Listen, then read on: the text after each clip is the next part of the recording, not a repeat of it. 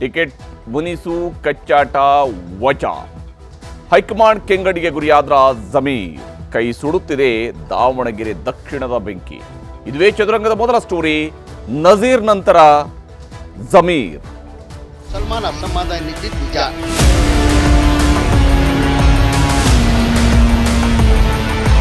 ಒಂದು ಪ್ರಚಾರ ಅಪಪ್ರಚಾರ ಮಾಡಿದ್ದಾರೆ. ನಾನು ಗೆಲ್ಸ್ಕೊಂಡು ಬಂದಿಲ್ಲ ಅಂದ್ರೆ ಮಂತ್ರಿ ಸ್ಥಾನದ ರಾಜೀನಾಮೆ ಕೊಡ್ತೀನಿ.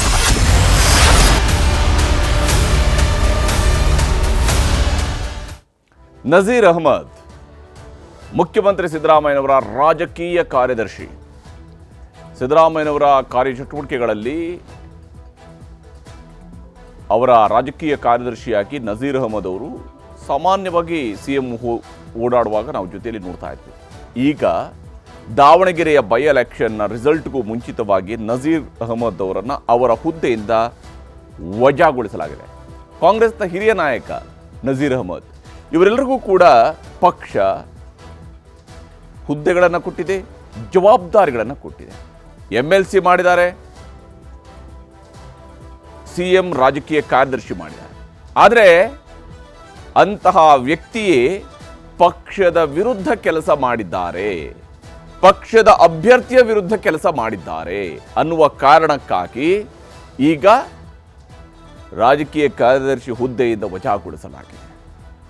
ಈ ಮೊದಲು ಇದೇ ದಾವಣಗೆರೆ ದಕ್ಷಿಣದ ಚುನಾವಣೆಗೆ ಸಂಬಂಧಿಸಿದಂತೆಯೇ ಈಗಾಗಲೇ ಜಬ್ಬಾರ್ ಅವರು ರಾಜೀನಾಮೆಯನ್ನು ಕೊಟ್ಟಿದ್ದರು.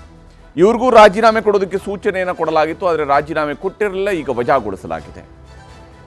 ಸಚಿವ ಜಮೀರ್ ಅಹಮದ್ ಖಾನ್ ಅವರ ಮೇಲೂ ಕೂಡ ಈಗ ತೂಗುಗತ್ತಿ ಇದೆ, ಶಿಸ್ತು ಕ್ರಮದ ತೂಗುಗತ್ತಿ ನೇತಾಡ್ತಾ ಇದೆ ಅನ್ನುವಂಥದ್ದು ಕಾಂಗ್ರೆಸ್ನ ಆಂತರಿಕ ವಲಯದಿಂದ ಸಿಗ್ತಾ ಇರುವಂತಹ, ಅಲ್ಲಿ ಉನ್ನತ ಮೂಲಗಳು ಹೇಳ್ತಾ ಇರುವಂತಹ ಮಾಹಿತಿ.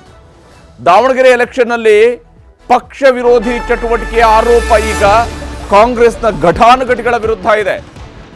ದಾವಣಗೆರೆ ಎಲೆಕ್ಷನ್ನಲ್ಲಿ ಪಕ್ಷ ವಿರೋಧಿ ಚಟುವಟಿಕೆಯನ್ನು ಮಾಡಿದ್ದಾರೆ ಅಂತೇಳಿ CM ರಾಜಕೀಯ ಕಾರ್ಯದರ್ಶಿ ಹುದ್ದೆಯಿಂದ ನಜೀರ್ ಅಹಮದ್ ಅವರನ್ನ ವಜಾಗೊಳಿಸಲಾಗಿದೆ. ನಜೀರ್ ಪರವಾಗಿ ಬ್ಯಾಟಿಂಗ್ ಮಾಡ್ತಾ ಇದ್ದಾರೆ ಸಚಿವ ಜಮೀರ್ ಅಹಮದ್ ಖಾನ್. ಇಲ್ಲಿ ಸಚಿವ ಜಮೀರ್ ಅಹಮದ್ ಖಾನ್ ಅವರು ಕೂಡ ಈ ದಾವಣಗೆರೆ ದಕ್ಷಿಣ ಎಲೆಕ್ಷನ್ನಲ್ಲಿ ಸಂಪೂರ್ಣವಾಗಿ ತನ್ನನ್ನು ತೊಡಗಿಸಿಕೊಂಡಿರಲಿಲ್ಲ ಅನ್ನುವಂಥ ಆರೋಪ ಇದ್ದೇ ಇದೆ.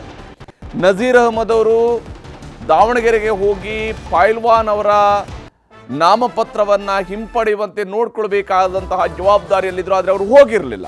ಅವರ ಬದಲಿಗೆ ಸಲೀಂ ಅಹಮದ್ ಮತ್ತು ರಿಜ್ವಾನ್ ಅವರು ಕಡೆ ಕ್ಷಣದಲ್ಲಿ ಹೋದರು. ಅಷ್ಟೊತ್ತಿಗಾಗಲೇ ಸಮಯ ಮೀರಿತ್ತು.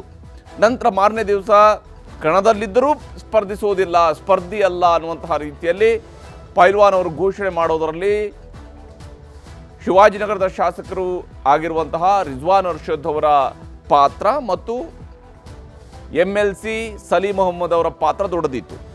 ಆದರೆ ಇಲ್ಲಿ ನಜೀರ್ ಅಹಮದ್ ಅವರು ಮುಖ್ಯಮಂತ್ರಿಯವರ ರಾಜಕೀಯ ಕಾರ್ಯದರ್ಶಿಗಳಾಗಿ ಮುಖ್ಯಮಂತ್ರಿಯವರ ಕ್ಯಾಂಪ್ನಲ್ಲಿ ಇರತಕ್ಕಂತಹ ವ್ಯಕ್ತಿಯ ವಿರುದ್ಧ ಈಗ ಪಕ್ಷ ವಿರೋಧಿ ಚಟುವಟಿಕೆಯ ಆರೋಪ ಬಂದಿದೆ. ಈ ಕಾರಣಕ್ಕಾಗಿ ಈಗ ಅವರನ್ನು ವಜಾಗೊಳಿಸಲಾಗಿದೆ. ಹಾಗಾದರೆ ಕಾಂಗ್ರೆಸ್ನ ಒಳಗಡೆ ಹೇಗೆ ಕೊತ ಅಂತೇಳಿ ಕುದೀತಾ ಇದೆ ಈ ಬೆಂಕಿ ಅನ್ನೋದನ್ನು ನಾವು ಗಮನಿಸಬೇಕು. ಯಾವುದೆಲ್ಲ ಆ ಬೆಂಕಿಗಳು? ಇಲ್ಲಿ ಒಂದು ಕುರ್ಚಿ ಕಚ್ಚಾಟ, ಎರಡನೇದು ಪುನಾರಚನೆಯ ಕೂಗು, ಶಾಸಕರ ದೆಹಲಿ ಪ್ರವಾಸ, ದಾವಣಗೆರೆ ದಂಗಲ್, ಬೈ ಎಲೆಕ್ಷನ್ನ ಒಳ ಏಟು, ಇವೆಲ್ಲವೂ ಕೂಡ ಈಗ ಕೊತ ಅಂತೇಳಿ ಕುದಿಸುವಂತೆ ಮಾಡ್ತಾ ಇದೆ ಕಾಂಗ್ರೆಸ್ ಪಾಳಯದ ಒಳಗೆ. ಏನೇನು ಆಗ್ತಾ ಇದೆ ಕಾಂಗ್ರೆಸ್ನಲ್ಲಿ ಅನ್ನೋದನ್ನು ನಾವಿಲ್ಲಿ ಗಮನಿಸಬೇಕು.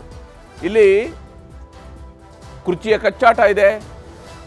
ಕುರ್ಚಿಯ ಕಚ್ಚಾಟ ಯಾವ ಸ್ವರೂಪದಲ್ಲಿ?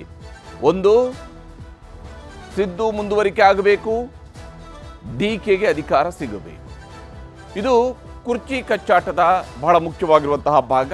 ಇದೊಂದು ರೀತಿಯಲ್ಲಿ ಕಳೆದ 6 ತಿಂಗಳಿಂದ ನಡೀತಾ ಇರುವಂತಹ ಮುಗಿಯದ ಯುದ್ಧ, ಕಾಂಗ್ರೆಸ್ ಮನೆಯೊಳಗಿನ ಮುಗಿಯದ ಯುದ್ಧ ಅಂತ ಹೇಳಿದ್ರೆ ಅದು ಯಾವುದು ಅಂತ ಹೇಳಿದ್ರೆ ಇದು ಸಿದ್ದು ಮುಂದುವರಿಕೆ, DKಗೆ ಅಧಿಕಾರ. ಎರಡನೇದು ಪುನಾರಚನೆಯ ಕೂಗು.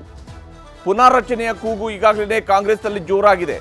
ಈ ವಿಚಾರದಲ್ಲಿ ನೋಡಿ, ಒಂದು ಬಣದವರು ಹೋಗ್ಲಿ ಪರವಾಗಿಲ್ಲ, ಹೈಕಮಾಂಡ್ನ ಭೇಟಿ ಆಗಲಿ ಅಂತ ಹೇಳ್ತಿದ್ದಾರೆ. ಇನ್ನೊಂದು ಬಣದವರು ಈಗ ಯಾಕೆ ಹೋಗಬೇಕಿತ್ತು ಅಂತ ಕೇಳ್ತಾ ಇದ್ದಾರೆ. ಹೀಗಾಗಿ ವಾರ್ನಿಂಗ್ ಬೇರೆ ಬರ್ತಿದೆ. ಇಲ್ಲಿ ಅವಕಾಶಕ್ಕೆ ಬೇಡಿಕೆ ಅನ್ನುವಂಥದ್ದು ದಿಲ್ಲಿಗೆ ಸಾಗಿರುವಂತಹ ದಂಡು ಈ ವಿಚಾರ ಸಹಜವಾಗಿಯೇ ಕಾಂಗ್ರೆಸ್ನ ಒಳಗಡೆ ಕೊತ ಅಂತೇಳಿ ಕುದಿಯುವಂಗೆ ಮಾಡಿದೆ. ಅದಾದ ನಂತರ ಶಾಸಕರ ಈ ದೆಹಲಿ ಪ್ರವಾಸ ಇದೆಯಲ್ಲ, ಪುನಾರಚನೆ ಕೂಗಿನ ಬೆನ್ನಲ್ಲಿನೇ ದೆಹಲಿ ಪ್ರವಾಸಕ್ಕೆ ಹೊರಟಿರುವಂಥದ್ದು ಇದೆಯಲ್ಲ, ಇದರಲ್ಲಿ ಬಹಳ ಕುತೂಹಲಕಾರಿಯಾಗಿರುವ ಪ್ರಶ್ನೆಗಳಿದ್ದಾವೆ. ಯಾಕಂದರೆ ಶಿವಕುಮಾರ್ ಅವರು ಕೊಟ್ಟಿರುವಂತಹ ವಾರ್ನಿಂಗ್ ಬಹಿರಂಗವಾಗಿಯೇ ಇದೆ. ಆಂತರಿಕ ವಾರ್ನಿಂಗ್ ಅಲ್ಲ, ಅದು ಬಹಿರಂಗವಾಗಿಯೇ ಕೊಟ್ಟಿರುವಂತಹ ವಾರ್ನಿಂಗ್. ಅವರು ನೀವು ಹೋಗೋದೇನೋ ಸರಿ, ವರಿಷ್ಠರನ್ನ ಭೇಟಿಯಾಗೋದೇನೋ ಸರಿ, ಆದರೆ ನೀವು ಬಹಿರಂಗ ಹೇಳಿಕೆಗಳನ್ನು ಕೊಡುವಾಗ ಎಚ್ಚರ ಅನ್ನುವಂತಹ ಮಾತುಗಳನ್ನು DK ಅವರು ಹೇಳಿದರು. CM ಹಾಗಾದರೆ ಕಳಿಸಿದ್ರಾ ಇವರನ್ನು, ಈ ಶಾಸಕರುಗಳನ್ನು ಸಂಪುಟ ಪುನರ್ರಚನೆ ಅಷ್ಟೇ ವಿಚಾರವನ್ನು ಮುಂದಿಟ್ಟುಕೊಂಡು ಹೈಕಮಾಂಡನ್ನು ಭೇಟಿಯಾಗೋದಕ್ಕೆ CM ಕಳಿಸಿದ್ರಾ? ಈ ಅನುಮಾನ ಸಹಜವಾಗಿಯೇ ಕಾಡ್ತಾ ಇದೆ. ಎರಡನೇ ಸಾಧ್ಯತೆ ಏನಂದರೆ CMಗೆ ತಿಳಿಸಿ ಹೋಗಿರಬಹುದು. ಅಂದರೆ CM ಆಗಿನೇ ಕಳಿಸದೇ ಇರಬಹುದು, ಆದರೆ CMಗೆ ತಿಳಿಸಿ ಸರ್ ನಾವು ಹೋಗ್ತಿದ್ದೀವಿ ಅಂತ ಕೇಳಿಕೊಂಡು ಹೋಗಿರ್ಬೋದು. CMಗೆ ತಿಳಿಸಿ ಹೋದ್ರಾ ಅಂತೇಳಿ. ಹಾಗೆಯೇ DK ವಾರ್ನಿಂಗ್ ಕೊಟ್ಟಿದ್ದು ಯಾಕೆ? ಈಗ ಹೋಗಿರುವಂಥದ್ದು ಕಾಂಗ್ರೆಸ್ ಶಾಸಕರು, ಭೇಟಿಯಾಗಿದ್ದು ಕಾಂಗ್ರೆಸ್ ಹೈಕಮಾಂಡನ್ನು, AICC ಅಧ್ಯಕ್ಷರನ್ನು. ಇದರ ನಡುವೆ KPCC ಅಧ್ಯಕ್ಷರು ವಾರ್ನಿಂಗ್ ಕೊಟ್ಟಿದ್ದು ಯಾಕೆ? ಯಾವ ಕಾರಣಕ್ಕಾಗಿ? ಹಾಗೆಯೇ ಇಲ್ಲಿ ದಾವಣಗೆರೆಯ ದಂಗಲ್, ಈಗಾಗಲೇ ಅಬ್ದುಲ್ ಜಬ್ಬಾರ್ ಅವರು ರಾಜೀನಾಮೆ ಆಗಿದೆ, ಅವ್ರನ್ನ ರಾಜೀನಾಮೆ ಕೊಡಿಸಲಾಗಿದೆ. ಅವರು ಕೊಟ್ಟಿದ್ದಾರೆ ಅಂತ ಹೇಳುವಂಥದ್ದು ಒಂದು ಭಾಗ ಅಷ್ಟೇ, ಆದರೆ ಕೊಡಿಸಲಾಗಿದೆ ಅನ್ನುವಂಥದ್ದು ಬಹಳ ಮುಖ್ಯವಾಗಿರುವಂಥ ಅಂಶ. ಯಾಕೆಂದರೆ ಇದೇ ಅಬ್ದುಲ್ ಜಬ್ಬಾರ್ ಅವರು KPCC ಅಲ್ಪಸಂಖ್ಯಾತ ಘಟಕದ ಅಧ್ಯಕ್ಷರು. ಅವರು ದಾವಣಗೆರೆ ದಕ್ಷಿಣ ಮತಕ್ಷೇತ್ರ ಅತಿ ಹೆಚ್ಚು ಮುಸ್ಲಿಂ ಮತದಾರರನ್ನು ಹೊಂದಿರುವಂತಹ ರಾಜ್ಯದ ಮತಕ್ಷೇತ್ರಗಳಲ್ಲಿ ದಾವಣಗೆರೆ ದಕ್ಷಿಣ ಅಗ್ರಸ್ಥಾನದಲ್ಲಿ ನಿಲ್ಲುವಂತಹ ಕ್ಷೇತ್ರ. ಅಂತಹ ಕ್ಷೇತ್ರದಲ್ಲಿ ಪ್ರಚಾರಕ್ಕೆ ಬಂದಿಲ್ಲ, ಅಲ್ಪಸಂಖ್ಯಾತ ಘಟಕದ ಅಧ್ಯಕ್ಷರು ಬಂದಿಲ್ಲ. ಈ ಕಾರಣಕ್ಕಾಗಿಯೇ ಈಗ ಅವರ ರಾಜೀನಾಮೆ ಪಡೆಯಲಾಗಿದೆ. ಅವರು ರಾಜೀನಾಮೆ ಕೊಟ್ಟಿರಬಹುದು, ರಾಜೀನಾಮೆ ಪಡೆಯಲಾಗಿದೆ. ನಜೀರ್ ಅಹಮದ್ ಅವರ ರಾಜೀನಾಮೆಗೆ ಸೂಚನೆಯನ್ನು ಕೊಡಲಾಗಿತ್ತು. ಹೇಗೆ ಇವರು ರಾಜೀನಾಮೆ ಕೊಟ್ಟಿದ್ರಲ್ಲ ಜಬ್ಬಾರ್ ಅವರು, ಅದೇ ಥರದಲ್ಲಿ ಅವರು ಕೂಡ ರಾಜೀನಾಮೆ ಕೊಡಬೇಕಾಗಿತ್ತು, ಆದರೆ ಅವರು ಕೊಡಲಿಲ್ಲ. ನಾನು ಯಾಕೆ ಕೊಡಲಿ ಅಂತ ಕೇಳಿದರು, ಅದಕ್ಕೆ ವಜಾ ಮಾಡಲಾಗಿದೆ, ಅವರನ್ನು ವಜಾಗೊಳಿಸಲಾಗಿದೆ ಮುಖ್ಯಮಂತ್ರಿ ರಾಜಕೀಯ ಕಾರ್ಯದರ್ಶಿ ಹುದ್ದೆಯಿಂದ. ಈಗ ಸಚಿವ ಜಮೀರ್ಗೂ ಕೂಡ ಸಂಕಷ್ಟ ಬಂದಿದೆ. ಇಲ್ಲಿ ಈ 3 ಜನರ ವಿಚಾರಗಳಲ್ಲೇನೆ ಇರುವಂಥದ್ದು ಬೈ ಎಲೆಕ್ಷನ್ನ ಒಳ ಏಟುಗಳು. ಯಾಕಂದರೆ ಈ ಬೈ ಎಲೆಕ್ಷನ್ನಲ್ಲಿ ಒಳ ಏಟು ಕೊಟ್ಟಿದ್ದಾರೆ ಅನ್ನೋದಕ್ಕೆ ಪೂರಕವಾಗಿಯೇ ಈಗ ಇಬ್ಬರ ತಲೆದಂಡ ಆಗಿದೆ. ಕಾಂಗ್ರೆಸ್ನಲ್ಲಿ ಇಬ್ಬರ ತಲೆದಂಡ ಆಗಿರುವಂಥದ್ದೇ ಒಳ ಏಟಿನ ಕಾರಣಕ್ಕಾಗಿ. ಸೋಲು ಗೆಲುವಿನ ಲೆಕ್ಕ, ಗೆಲುವಿನ ಕ್ರೆಡಿಟ್, ಸೋಲಿನ ಹಣೆಪಟ್ಟಿ ಇವೆಲ್ಲವೂ ಕೂಡ ಈಗ ಕಾಂಗ್ರೆಸ್ನಲ್ಲಿ ರೆಡಿಯಾಗಿದ್ದಾವೆ. 1 ತಿಂಗಳು ಈ ರಿಸಲ್ಟ್ಗೆ ಕಾಯೋದಿದೆಯಲ್ಲ, ಅದಕ್ಕಿಂತ ಮೊದಲನೇ ಎಲ್ಲವೂ ಕೂಡ ನಡೆದೋಗಿದೆ. ರಿಸಲ್ಟ್ ಬರೋಕ್ಕೆ ಮೊದಲೇ ಕಾಂಗ್ರೆಸ್ದವ್ರಿಗೆ ಏನಾಗಿದೆ ಅನ್ನೋದ್ರ ಬಗ್ಗೆ ಸ್ಪಷ್ಟ ಚಿತ್ರಣ ಸಿಕ್ಕಿದೆ. ಹೀಗಾಗಿ ಅವರು ರಿಸಲ್ಟ್ ತನಕ ವೆಯ್ಟ್ ಮಾಡ್ತಾ ಇಲ್ಲ. ಇಬ್ಬರ ತಲೆದಂಡ ಈಗಾಗಲೇ ಆಗಿದೆ. ಇಲ್ಲಿ ಜಮೀರ್ ಅಹಮದ್ ಅವ್ರಿಗೆ ಹಾಗಾದರೆ ಯಾಕೆ ಸಂಕಷ್ಟ? ಜಮೀರ್ ಏನು ಮಾಡಿದ್ರು ಅನ್ನುವ ಪ್ರಶ್ನೆ ಬಂದೇ ಬರುತ್ತೆ. ಇಲ್ಲಿ ಜಮೀರ್ ಅಹಮದ್ ಖಾನ್ ಅವರು ದಾವಣಗೆರೆ ದಕ್ಷಿಣದಲ್ಲಿನ ಚಟುವಟಿಕೆಗಳು ಮತ್ತು ನಡೆ ನಿರ್ಧಾರಗಳು ಅವರಿಗೆ ಮುಳುವಾಗ್ತವಾ? ಜಮೀರ್ ಅವರು ದಾವಣಗೆರೆ ದಕ್ಷಿಣ ವಿಚಾರದಲ್ಲಿ ಏನು ಮಾತನಾಡಿದ್ದಾರೆ, ಏನು ಮಾತನಾಡಿಲ್ಲ, ಪಬ್ಲಿಕ್ ಡೊಮೈನ್ನಲ್ಲಿರುವಂತಹ ವಿಚಾರ ಇದು. ಹೀಗಾಗಿ ದಾವಣಗೆರೆ ದಕ್ಷಿಣದಲ್ಲಿನ ಚಟುವಟಿಕೆಗಳು ನಡೆ ನಿರ್ಧಾರಗಳು ಅವರಿಗೆ ಮುಳುವಾಗ್ತವ ಅನ್ನುವಂತಹ ಪ್ರಶ್ನೆ ಇದ್ದೇ ಇದೆ. ಸಿದ್ದರಾಮಯ್ಯನವ್ರಿಗೆ ಬಹಳ ಆಪ್ತರಾಗಿರುವಂತಹ ಸಚಿವ, ಆದರೆ ಬೈ ಎಲೆಕ್ಷನ್ ರಿಸಲ್ಟ್ಗೂ ಮುನ್ನವೇ ಸಚಿವ ಜಮೀರ್ ತಲೆದಂಡ ಆಗುತ್ತಾ? ತೀರಾ ಆಲ್ರೆಡಿ ಇಬ್ಬರನ್ನ ತೆಗೆದಿದ್ದಾರಲ್ಲ, ಅದೇ ರೀತಿಯಲ್ಲಿ 3ನೇಯವರ ತಲೆದಂಡ ಆಗುತ್ತಾ? ಈ ಪ್ರಶ್ನೆ ಈಗ ಇರುವಂಥದ್ದು.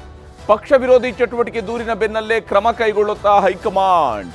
ಯಾಕಂದ್ರೆ ಹೈಕಮಾಂಡ್ ಕೈಯಲ್ಲಿ ಸರಿಯಾದ ಪುರಾವೆ ಇಲ್ಲದೆ ಇರುತ್ತಿದ್ದಾರೆ, ನಿಖರವಾದಂತಹ ಮಾಹಿತಿ ಇಲ್ಲದೆ ಇರುತ್ತಿದ್ದಾರೆ, ಅಥವಾ ಆ ಸ್ವರೂಪದಲ್ಲಿ ಸ್ಥಳೀಯ ನಾಯಕರು ಕೆಲಸ ಮಾಡದೇ ಇದ್ದಿರುತ್ತಿದ್ದಾರೆ, ಜಬ್ಬಾರ್ ಮತ್ತು ನಜೀರ್ ಅವರು ತಮ್ಮ ಸ್ಥಾನವನ್ನು ಕಳ್ಕೊಳ್ತಾ ಇರಲಿಲ್ಲ. ಈಗ ಇಬ್ಬರ ಮೇಲೆ ಪುರಾವೆ ಇದೆ ಅಂತ ಹೇಳಿದಾಗ 3ನೇಯವರ ಮೇಲೆಯೂ ಕೂಡ ಪುರಾವೆ ಇರುತ್ತಾ ಇರಲ್ವಾ? ಸಾಮಾನ್ಯವಾದಂತಹ ಪ್ರಶ್ನೆ, ರಾಜಕೀಯವಾಗಿ ನಾವು ನೋಡಬೇಕಾಗಿರುವಂತಹ ಪ್ರಶ್ನೆ. ಕಾಂಗ್ರೆಸ್ ಅಧಿಕೃತ ಅಭ್ಯರ್ಥಿ ವಿರುದ್ಧವೇ ಷಡ್ಯಂತ್ರದ ಆರೋಪ, ಇದು ಜಮೀರ್ ಅವರ ವಿರುದ್ಧವೂ ಇದೆ. ಹೀಗಾಗಿನೇ ಅಡಕತ್ತರಿಯಲ್ಲಿ ಸಿಲುಕಾಕೊಂಡಿದ್ದಾರೆ ಜಮೀರ್ ಅಹಮದ್ ಖಾನ್ ಅವರು. ಅಫ್ಕೋರ್ಸ್ ಅವರು ಕಳೆದ ಚುನಾವಣೆ ಸಂದರ್ಭದಲ್ಲಿ ಕೇರಳದಲ್ಲಿ ಅವರು ಪ್ರಚಾರದಲ್ಲಿದ್ದರು. ಸಿಎಂ ಜೊತೆಗೆ ಬೆಳಗ್ಗೆ ಒಂದು ಸುತ್ತು ಮಾತುಕತೆ ನಡೆಸಲಾಗಿದೆ. ಸಂಜೆ ಫೈನಲ್ ರೌಂಡಿನ ಮಾತುಕತೆ ಕೂಡ ನಡೆಯಲಿದೆ. ಜಮೀರ್ ಅವರ ಭವಿಷ್ಯದ ನಿರ್ಧಾರ ಆಗಲಿದೆ. ವಾಟ್ ನೆಕ್ಸ್ಟ್ ಅನ್ನೋದಕ್ಕೆ ಉತ್ತರ ಸಿಗುತ್ತೆ. ಇಲ್ಲಿ ಜಮೀರ್ ಅಹಮದ್ ಖಾನ್ ಅವರು ಮತ್ತು ಸಿಎಂ ನಡುವೆ ಒಂದಿಷ್ಟು ಮಾತುಕತೆ ನಡೆದಿದೆ. ಅದರ ಬಗ್ಗಿನ ಸಿಕ್ಕಿರುವಂತಹ ಮಾಹಿತಿ ಆಧಾರದ ಮೇಲೆ ಹೇಳೋದಿದ್ರೆ ಈ ರೀತಿಯಾದಂತಹ ಮಾತುಕತೆ ಆಗಿದೆ. ದಾವಣಗೆರೆ ಬಗ್ಗೆ ಹೈಕಮಾಂಡ್ನವರು ಕೇಳ್ತಿದ್ದಾರೆ, ನೀನು ಏನು ಮಾಡಿದ್ಯಪ್ಪ ಅಂಥೇಳಿ ಸಿಎಂ ಅವರು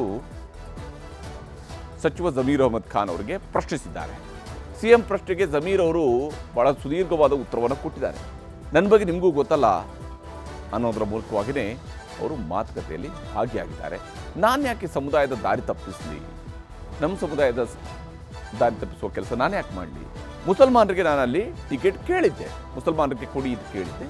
ಆದರೆ ಬಹಿರಂಗ ಸಭೆಯಲ್ಲೇ ಅದನ್ನು ಕೇಳಿದ್ದೆ, ಅದನ್ನೇನು ಕದ್ದು ಮುಚ್ಚಿ ಕೇಳಿದ್ದಲ್ಲ. ಮುಸಲ್ಮಾನರಿಗೆ ಟಿಕೆಟ್ ಬೇಕು ಅಂದರೆ ನಾನು ಬಹಿರಂಗ ಸಭೆಯಲ್ಲೇ ಕೇಳಿದ್ದೆ. ಎಲ್ಲರ ಒತ್ತಾಯದ ಮೇಲೆ ನಾನು ಸುಮ್ಮನಾದೆ. ಎಲ್ಲರೂ ಕೂಡ ಇಲ್ಲ ಮುಸಲ್ಮಾನರಿಗೆ ಬೇಡ, ಅದು ಅವರ ಕುಟುಂಬದವ್ರಿಗೆ ಕೊಡಬೇಕು ಅಂತ ಹೇಳಿದಾಗ ನಾನು ಸುಮ್ಮನಾದೆ. ನನಗೂ ಸ್ವಲ್ಪ ಬೇಸರ ಆಗಿದ್ದು ನಿಜ. ಅಂದರೆ ಮುಸಲ್ಮಾನರಿಗೆ ಟಿಕೆಟ್ ಸಿಕ್ಕಿಲ್ಲ ಅಂತ ಹೇಳಿ ನನಗೆ ಬೇಸರ ಆಗಿದ್ದು ನಿಜ. ಆದರೆ ನಮ್ಮ ಸಮುದಾಯವನ್ನು ಕೂಡ ನಾನು ನೋಡಬೇಕಲ್ವಾ? ಯಾಕಂದರೆ ನನಗೆ ಯಾಕೆ ಬೇಜಾರಾಗಿದೆ, ನನ್ನ ಸಮುದಾಯವನ್ನು ನಾನೇ ನೋಡಬೇಕಲ್ವಾ? ವೇಣುಗೋಪಾಲ್ ಅವರು ಕೇರಳಕ್ಕೆ ಬನ್ನಿ ಅಂತ ಹೇಳಿದರು ಈ ಚುನಾವಣೆ ಸಂದರ್ಭದಲ್ಲಿ. ಹೀಗಾಗಿ ಕೇರಳಕ್ಕೆ ಹೋಗಿ ಅಲ್ಲಿ ಕ್ಯಾಂಪೇನ್ ಮಾಡ್ತಾ ಇದ್ದೆ. ಭಾಳ ಸುದೀರ್ಘವಾಗಿ ಬೇರೆ ಬೇರೆ ಕ್ಷೇತ್ರಗಳನ್ನು ಕೊಟ್ಟಿದ್ದರು, ಅದಕ್ಕೆ ಅಲ್ಲಿ ಹೋಗಿ ಕ್ಯಾಂಪೇನ್ ಮಾಡ್ತಾ ಇದ್ದೆ. ನಂತರ ನೀವು ಕೂಡ ಹೇಳಿದ ಮೇಲೆ ನಾನು ದಾವಣಗೆರೆಗೂ ಕೂಡ ಹೋಗಿದ್ದೀನಿ. ದಾವಣಗೆರೆಯಲ್ಲಿ ಮಲ್ಲಿಕಾರ್ಜುನ ಅವರ ಮನೆಗೂ ಕೂಡ ನಾನು ಹೋಗಿದ್ದೀನಿ. ಅವ್ರ ಜೊತೆಯಲ್ಲೇ ಕೂತ್ಕೊಂಡು ನಾವು ಒಗ್ಗಟ್ಟಾಗಿದ್ದೀವಿ ಅಂತ ತೋರಿಸಿದ್ದೀನಿ. ಜನರನ್ನು ಎಲ್ಲಿ ದಾರಿ ತಪ್ಪಿಸಿದೆ ನಾನು, ಅದನ್ನು ಹೇಳಿ ಅಂತ ಜಮೀರ್ ಅವರು ಕೇಳ್ಕೊಂಡಿದ್ದಾರೆ. ಅಷ್ಟೇ ಅಲ್ಲದೆ ರಿಜ್ವಾನ್ ಮತ್ತು ಸಲೀಂ ಅಹಮದ್ ಕೂಡ ನನ್ನ ಹೆಸರನ್ನೇನು ಎಲ್ಲೂ ಹೇಳಿಲ್ಲ. ಹೀಗಿರುವಾಗ ಲೋಕಲ್ ಲೀಡರ್ಗಳು ಗೊಂದಲ ಮಾಡಿರಬಹುದೇ ಹೊರತು ನನಗೂ ಇದಕ್ಕೂ ಸಂಬಂಧ ಇಲ್ಲ ಅಂತ, ಅಷ್ಟು ಬಿಟ್ಟು ಅಲ್ಲಿ ಬೇರೇನೂ ಇಲ್ಲ, ನನ್ನ ಮೇಲೆ ಹೊಣೆ ಹೊರಿಸಿದ್ರೆ ಹೇಗೆ ಅಂತ ಹೇಳಿ ಜಮೀರ್ ಅಹಮದ್ ಖಾನ್ ಅವರು ಸಿಎಂ ಅವ್ರಿಗೇ ಮರುಪ್ರಶ್ನೆಯನ್ನು ಕೇಳಿದ್ದಾರೆ. ಹೀಗೆ ಈ ವಿಚಾರದಲ್ಲಿ ಸಿಎಂ ಸಿದ್ದರಾಮಯ್ಯನವರು ಕೂಡ ಜೊತೆಗೆ ಇನ್ನೂ ಒಂದು ಮಾತನ್ನು ಹೇಳಿದಾರಂತೆ. ಖರ್ಗೆ ಸಾಹೇಬ್ರ ಜೊತೆ ಕೂಡ ನಾನು ಇದ್ರ ಬಗ್ಗೆ ಮಾತಾಡ್ತೀನಿ, ನನ್ನ ವಿವರಣೆಯನ್ನು ನಾನು ಅವ್ರಿಗೂ ಕೂಡ ಕೊಡ್ತೀನಿ ಅಂತ ಹೇಳಿದಾರಂತೆ. ಸಿಎಂ ಅವರು ಕೂಡ ಆಯ್ತಪ್ಪ ನಡಿ, ಅಂಬೇಡ್ಕರ್ ಜಯಂತಿಗೆ ಹೋಗೋಣ, ಸಂಜೆ ಬಾ ನೀನು, ನಂತರ ಕೂತ್ಕೊಂಡು ಮಾತಾಡೋಣ ಅಂತ ಹೇಳಿದ್ದಾರೆ. ಇಲ್ಲಿ ಜಮೀರ್ ಅವರು ಏನು ಹೇಳಿದ್ದಾರೆ ಅನ್ನೋದನ್ನು ನೀವು ತೋರಿಸ್ತೀನಿ. ಅಲ್ಲಿ ಮುಸಲ್ಮಾನ್ ಅಸಮಾಧಾನ ಇದ್ದಿದ್ದು ನಿಜ. ಕಾರಣ ಅಂದರೆ ಲೋಕಲಲ್ಲಿ ಮತದಾರರು ಲೋಕಲಲ್ಲಿ ದಾವಣಗೆರೆ ಸೌತಲ್ಲಿ ಅಸಮಾಧಾನ ಇದ್ದಿದ್ದು ನಿಜ. ಏನಕ್ಕೆ ಟಿಕೆಟ್ ಕೇಳಿದ್ರು, ಟಿಕೆಟ್ ಕೊಟ್ಟಿಲ್ಲ ಅನ್ನೋ ಕಾರಣಕ್ಕೆ ಅಸಮಾಧಾನ. ಆಮೇಲೆ ಸರಿ ಹೋಗಿದ್ದಾರೆ. ಸರಿ ಹೋಗಿ ನಮ್ಮ ಪಕ್ಷ ಅಭ್ಯರ್ಥಿಗೆ ಸಮ್ಮತ್ ಅವ್ರಿಗೆ ಮತ ಕೊಟ್ಟಿದ್ದಾರೆ. 100% ನಾವು ಒಳ್ಳೆ ಲೀಡಿಂಗಲ್ಲಿ ನಾವು ಗೆಲ್ತೀವಿ ದಾವಣಗೆರೆ. ನಾನೊಬ್ಬ ಸಾಮಾನ್ಯ ಕಾರ್ಯಕರ್ತ, ನಾನು ಜನಗಳ ಮಧ್ಯದಲ್ಲಿ ಇರೋನು, ನಾನೊಬ್ಬ ಸೇವಕ. ನಾನು ಯಾವತ್ತೂ ಲೀಡರ್ ಆಗೋ ಕೊಟ್ಟಿಲ್ಲ, ನಾನು ಮುಂದೇನೂ ಲೀಡರ್ ಆಗೋ ಕೊಟ್ಟಲ್ಲ. ನಾನೊಬ್ಬ ಸೇವಕ, ಸೇವೆ ಮಾಡ್ತಾಯಿದ್ದೀನಿ ಅಷ್ಟೇ. ನಾನೊಬ್ಬ ಕಾಂಗ್ರೆಸ್ ಪಕ್ಷದ ಕಾರ್ಯಕರ್ತ. ನಾವು ನೋಡ್ರಿ, ಇದು ಮುಚ್ಚುಮರಿ ಏನಿಲ್ಲ, ಏನು ಕ್ಲೋಸ್ ಡೋರಲ್ಲಿ ಒಂದು ರೂಮಲ್ಲಿ ಕೂತ್ಕೊಂಡು ಮಾತಾಡಿದ್ರಿಲ್ಲ. ಓಪನ್ 20ನೇ ತಾರೀಕಿಗೆ, ಹೋದ ತಿಂಗಳು 20ನೇ ತಾರೀಕಿಗೆ KPCCಯಲ್ಲಿ ಮಾನ್ಯ ಸುರ್ಜೇವಾಲ್ ಅವರು, DK ಶಿವಕುಮಾರ್ ಅವರು ಮೀಟಿಂಗನ್ನು ಕರೆದಿದ್ರು. ನಾವು ದಯಮಾಡಿ ಮುಸಲ್ಮಾನ್ ಕೊಡಿ ಸರ್, ನೀವು ಸಿಗ್ಗೋಂದಲ್ಲೂ ನಾವು ಕೇಳಿ ತೊಗೊಂಡ್ವಿ, ನೀವು ಕೊಟ್ರಿ, ನಾವು ಗೆಲ್ಸ್ಕೊಂಡು ಬರ್ತೀವಿ. ದಾವಣಗೆರೆಯಲ್ಲೂ ಕೊಡಿ, ನೀವು ದಾವಣಗೆರೆಯಲ್ಲಿ ಕೊಡಿ, ಯಾರಿಗಾನ ಕೊಡಿ. ಓಪನ್ ಸಭೆಯಲ್ಲಿ ಹೇಳಿರೋದು ನಾನು, ಏನು ಕ್ಲೋಸ್ ಡೋರಲ್ಲಿಲ್ಲ. 7 ಜನದಲ್ಲಿ ಯಾರಿಗಾನ ಟಿಕೆಟ್ ಕೊಡಿ. ನಾನು ಗೆಲ್ಸ್ಕೊಂಡು ಬಂದಿಲ್ಲ ಅಂದರೆ ಮಂತ್ರಿ ಸ್ಥಾನದಿಂದ ರಾಜೀನಾಮೆ ಕೊಡ್ತೀನಿ ಅಂತ ಹೇಳಿದ್ದೆ ನಾನು. ಜಬ್ಬಾರವ್ರಿಗೂ ಮಾತಾಡಿದೆ, ನೀವು ಹೋಗಬೇಕು, ಅಧ್ಯಕ್ಷ ಆಗಿದ್ದೀರಾ, ಹೋಗ್ಬೇಕಂದ್ರೆ. ನಾನು ಮಲ್ಲಿಕಾರ್ಜುನ ಪಕ್ಕದ ಮನೆಗೆ ಬಂದಿದ್ದೆ, ನಮ್ಮ ಮನೆಗೆ ಬಂದಿಲ್ಲ. ನಾನು ಹೆಂಗೆ ಸರ್ ಹೋಗೋದು? ನಾನು ಒಬ್ಬ ಲೀಡ್ರ್, ನಾನು ಲೋಕಲ್, ನಾನು ಅವ್ರ ಜೊತೆಯಲ್ಲೇ ಇದ್ದವ್ನು. ನಾನು ಪಕ್ಕದ ಮನೆಗೆ ಹೋಗಿದ್ದಾರೆ, ನನ್ನ ಮನೆಗೆ ಬರ್ಬೇಕು ತಾನೆ ಕನಿಷ್ಠ. ನನ್ನ ಮನೆಗೆ ಬರಬೇಕಾಗಿತ್ತಂತ, ಆಯ್ತು ರೀ ಪಕ್ಷಕ್ಕೋಸ್ಕರ ಹೋಗಿ ಅಂತ ನಾನು ಕೇಳ್ಕೊಂಡೆ. ಹೋಗಿ ಕೆಲಸ ಮಾಡಿರಿ, ಪಕ್ಷ ನಮ್ಮ ಮುಖ್ಯ, ನಮ್ಮ ಪಕ್ಷದ ಅಭ್ಯರ್ಥಿ ಗೆಲ್ಲಬೇಕು ಅಂದಿದ್ದಕ್ಕೆ ಅವರೇನಂದ್ರು, ಇಲ್ಲ ನನಗೆ ಪಕ್ಕದ ಮನೆಗೆ ಬಂದ, ನಮ್ಮ ಮನೆಗೆ ಬಂದಿಲ್ಲ ಅಂತ. ನಸೀರ್ ಅಹಮದ್ಗೆ ಎಲ್ಲಿ ಕೊಟ್ಟಿದ್ರು ಜವಾಬ್ದಾರಿ?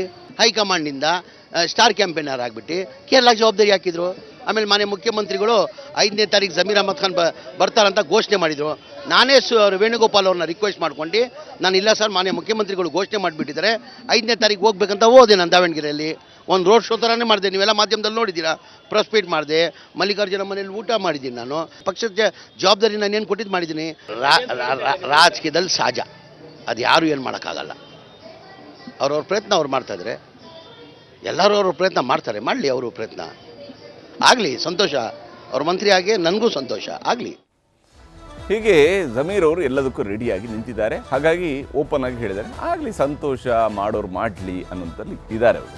ಈಗ ಮುಸ್ಲಿಂ ಲೀಡರ್ಗಳು ಕೂಡ ಈ ವಿಚಾರದಲ್ಲಿ ಗರಂ ಆಗಿದ್ದಾರೆ ಈ ಮೂವರ ವಿರುದ್ಧ. ಮೇಯ್ನಾಗಿ ಇಲ್ಲಿ ಕಾಂಗ್ರೆಸ್ಸಲ್ಲಿ ಏನಾಗ್ತಾ ಇದೆ, ಮುಸ್ಲಿಂ ನಾಯಕರ ನಡುವೆನೇ ಈಗ ನಡೀತಾ ಇರುವಂಥ ತಿಕ್ಕಾಟದ ಭಾಗ ಅಷ್ಟೇ ಇದು. ಇಲ್ಲಿ ಜಮೀರ್ ಅಹಮದ್ ಖಾನ್ ಅವರು ಕಾಂಗ್ರೆಸ್ಗೆ ಜಾಯ್ನ್ ಆದ ನಂತರ ಉಳಿದವರೆಲ್ಲರೂ ಕೂಡ ಕಾಂಗ್ರೆಸ್ನಲ್ಲೇ ಇದ್ದಂಥವ್ರು, ಸೀನಿಯರ್ಗಳು ಎಲ್ಲರೂ ಕೂಡ ಕಾಂಗ್ರೆಸ್ನಲ್ಲೇ ಇದ್ದಂಥವ್ರು, ನಸೀರ್ ಇರ್ಬೋದು, ತನ್ವೀರ್ ಇರ್ಬೋದು, ಅಥವಾ ತುಬ್ಬಾರ್ ಅವರು ಇರ್ಬೋದು. ಆದರೆ ಜಮೀರ್ ಅವರು ಕಾಂಗ್ರೆಸ್ ಎಂಟ್ರಿ ಆದಮೇಲೆ ಜಮೀರ್ ಅವರು ಕಾಂಗ್ರೆಸ್ನಲ್ಲಿ ಅಲ್ಪಸಂಖ್ಯಾತ ಸಮುದಾಯದ ನಾಯಕನಾಗಿ ಎಮರ್ಜ್ ಆಗಿದ್ದಾರೆ. ಅಥವಾ ಅವರು ಅದಕ್ಕಿಂತ ಮುಂಚಿತವಾಗಲೂ ಕೂಡ ಅವರು JDSನಲ್ಲಿದ್ದಾಗ ಕೂಡ ಅಲ್ಪಸಂಖ್ಯಾತರ ಭಾಳ ಮುಖ್ಯ ನಾಯಕರಾಗಿದ್ದರು. ಕಾಂಗ್ರೆಸ್ಗೆ ಬಂದ ಮೇಲೆ ಅದು ಅವರ ವ್ಯಾಪ್ತಿನಷ್ಟು ದೊಡ್ಡದಾಗಿದೆ. ಹೀಗಾಗಿ ದಾವಣಗೆರೆ ಸೋಲು ಗೆಲುವಿನ ಲೆಕ್ಕಾಚಾರದ ಮಧ್ಯೆಯೇ ಸಮುದಾಯದ ಸಿಟ್ಟು ಕೂಡ ವ್ಯಕ್ತವಾಗ್ತಾ ಇದೆ. ಒಂದು ಅವಕಾಶಕ್ಕಾಗಿ ಕಾಯ್ತಾ ಇದ್ರು, ಆ ಅವಕಾಶ ಇವಾಗ ಜಮೀರ್ ಅವರ ವಿರುದ್ಧ ಹೋಗ್ತಾ ಇದೆ. ಯಾಕಂದರೆ ಇಲ್ಲಿ ಜಮೀರ್ ಕೂಡ ಈ ಚುನಾವಣೆಯಲ್ಲಿ ಉಳಿದ ಚುನಾವಣೆಗಳಲ್ಲಿ ಅವರೇನು ಉದಾಹರಣೆ ಕೊಟ್ಟರಲ್ಲ, ಯಾವ ಶಿಗ್ಗಾಮಿ ಚುನಾವಣೆಯಲ್ಲಿ ಅಲ್ಲಿ ಹೋಗಿ ಇವ್ರು ಕೆಲಸ ಮಾಡಿದ್ರು, ಅದು ಇಲ್ಲಿ ಯಾಕೆ ಬರಲಿಲ್ಲ ಅನ್ನುವಂಥ ಪ್ರಶ್ನೆ. CM ಹೇಳಿದ ಮೇಲೆ ಬರಬೇಕಾದಂತಹ ಸ್ಥಿತಿ ಯಾಕೆ ಕ್ರಿಯೇಟ್ ಮಾಡಿಕೊಂಡ್ರು? ಜಮೀರ್ ಅಹಮದ್ ಖಾನ್ ಮತ್ತು ಟೀಮ್ ವಿರುದ್ಧ ಹಿರಿಯ ಶಾಸಕರು ಅಸಮಾಧಾನವನ್ನು ಹೊಂದಿದ್ದಾರೆ. ಜಮೀರ್ ಅವರು ಈ ರೀತಿಯಾಗಿ ತಂಡವನ್ನು ಮಾಡ್ಕೊಳ್ತಾ ಇದ್ದಾರೆ. ಅವರು ಮುಸ್ಲಿಂ ಅಭ್ಯರ್ಥಿಗೆ ಟಿಕೆಟ್ ಕೇಳಿದ್ದರಲ್ಲಿ ಯಾರಿಗೂ ಕೂಡ ಬೇಸರ ಇಲ್ಲ. ಟಿಕೆಟ್ ಕೇಳಿದ್ದು ತಪ್ಪಲ್ಲ, ಆದರೆ ಸಿಗದೇ ಇದ್ದರೆ ದ್ವೇಷ ಸಾಧಿಸೋದು ತಪ್ಪು. ಇದು ಹಿರಿಯ ನಾಯಕರಾಗಿರುವಂಥ ತನ್ವೀರ್ ಸೇಠ್ ಅವರು ಹೇಳ್ತಾ ಇರುವಂಥದ್ದು. ಯಾಕಂದರೆ ಅವರು ಇವ್ರಿಗೆಲ್ಲರಿಗಿಂತೂ ಸೀನಿಯರ್ ಆಗಿ ಕಾಂಗ್ರೆಸ್ನಲ್ಲಿರುವಂತಹ ನಾಯಕ. ಗೊಂದಲ ಸೃಷ್ಟಿಸಿರೋದ್ರಿಂದ ಮತಗಳ ಕ್ರೋಢೀಕರಣಕ್ಕೆ ಧಕ್ಕೆಯಾಗಿದೆ ಅಂತೇಳಿ ತನ್ವೀರ್ ಸೇಠ್ ಅವರು ಹೇಳ್ತಾ ಇದ್ದಾರೆ.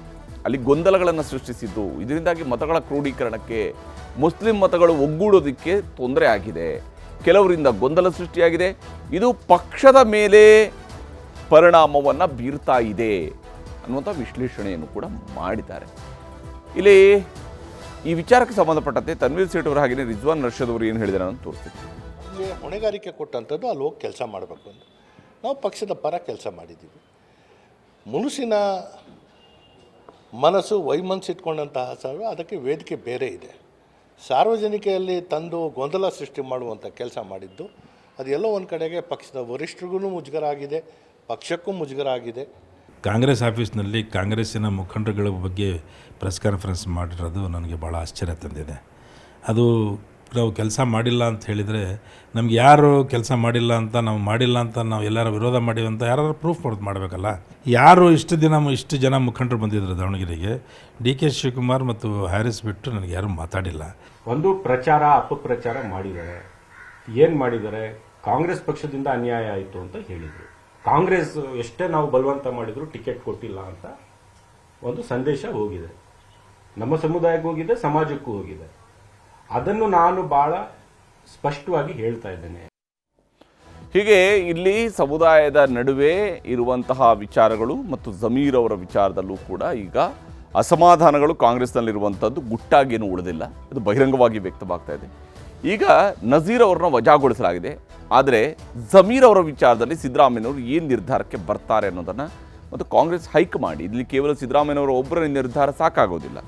ಹಿಂದೆ KN ರಾಜಣ್ಣ ಅವರ ರಾಜೀನಾಮೆಯನ್ನು ಪಡೆಯೋದಕ್ಕೆ ಪ್ರಯತ್ನಿಸಿದಾಗ ಅಥವಾ ಅವ್ರನ್ನ ಸಂಪುಟದ ವಜಾಗೊಳಿಸಿದಾಗ ಅದು ಕೇವಲ ಸಿದ್ದರಾಮಯ್ಯನವರ ನಿರ್ಧಾರ ಆಗಿರಲಿಲ್ಲ, ಪಕ್ಷದ ಹೈಕಮಾಂಡ್ನ ಸೂಚನೆ ಆಗಿತ್ತು. ಅದೇ ಸ್ವರೂಪದ ಸೂಚನೆ ಜಮೀರ್ ವಿಚಾರದಲ್ಲೂ ಸಿದ್ದರಾಮಯ್ಯನವ್ರಿಗೆ ಸಿಗುತ್ತಾ ನೋಡಬೇಕಾಗಿದೆ.